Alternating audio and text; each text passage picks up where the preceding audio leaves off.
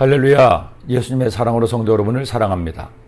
지난 2002년에 월드컵 당시 우리나라 대표 축구팀의 목표는 16강 진출이었습니다.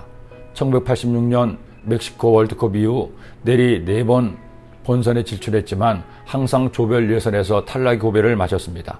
마침 우리나라에서 열리는 월드컵이니 반드시 예선은 통과해서 16강까지 가자는 목표를 설정하고 이전 프랑스 월드컵에서 우리나라를 5대0으로 이긴 네덜란드 대표팀 감독이었던 히딩크 감독을 대표팀 감독으로 선임했습니다.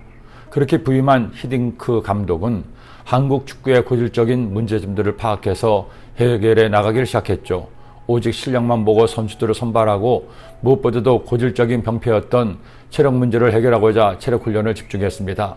그렇게 2002년 6월을 준비한 국가대표팀은 첫 경기였던 폴란드와의 경기에서 2대0으로 이기고 뒤이어 미국과의 경기에서 1대1 무승부, 예선 마지막 경기에서 우승 후보 포르투갈을 1대0으로 이기며 조 1위로 16강에 진출했습니다. 특히 포르투갈 경기에서 결승골을 넣은 박지성 선수는 이락 스타덤에 오르기도 했습니다. 그런데 경기는 거기서 끝나지 않았습니다. 지금도 세계 축구사의 명승부로 길이 남게 된 이탈리아와의 16강전에서 후반 38분경까지 1대0으로 지고 있어 패색이 짙었던 상황에서 솔기현 선수의 극적인 동점골이 터졌습니다. 결국 경기는 연장전에 접어들었고 안정환 선수의 그림 같은 헤딩골이 골망으로 들어가면서 극적인 역전승을 거두었습니다.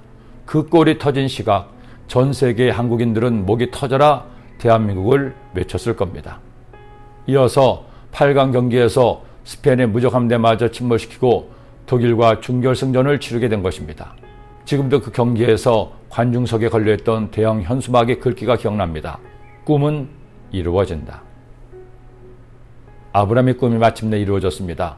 지난 25년간 갖은 우여곡절을 거치며 품어왔던 꿈이었습니다.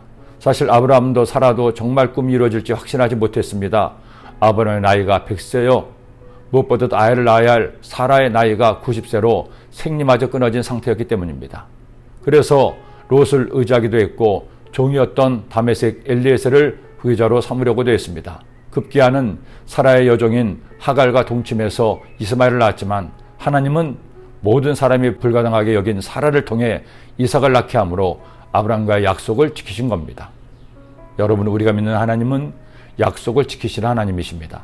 하나님은 어떤 약속이든 지킬 수 있는 능력 있는 분이요, 그 성품상 약속을 지킬 수밖에 없는 분이십니다. 하나님은 진실하시고 온전하시며 거짓을 말할 수 없으시기 때문입니다. 내 입에서 나가는 말도 이와 같이 헛된 내게로 되돌아오지 아니하고 나의 기뻐하는 뜻을 이루며 내가 보는 일에 형통함이니라. 그러게 우리가 가장 먼저 할 일이 있습니다. 하나님께서 나에게 어떤 약속을 하셨는지 알아야 합니다. 어떻게 하나님이 하신 약속을 알 수 있나요? 성경이 바로 하나님께서 우리와 하신 약속의 책입니다. 그러니 우리는 성경을 읽고 배워야 합니다. 그 다음에 내가 하나님과 약속을 지키며 살아야 합니다. 약속은 일방적인 것이 아니죠. 약속은 항상 상대방이 있습니다. 우리가 성경대로 살아서 약속을 지킬 때 하나님도 약속대로 행하시는 겁니다. 아브라함은 하나님과 약속을 믿고 하나님의 때를 기다렸습니다. 그리고 마침내 아들을 얻었습니다. 아브라함이 그의 아들 이삭이 그에게 태어날 때 100세라. 하나님은 성실하십니다. 반드시 약속을 지키십니다. 때로는 약속하신 것이 너무 더디 온다고 염려하기도 하죠. 내가 원하는 때 약속이 이루어지지 않는다고 불평하기도 합니다. 그러나 잊지 마세요. 하나님은 가장 좋은 때에 약속을 지키십니다.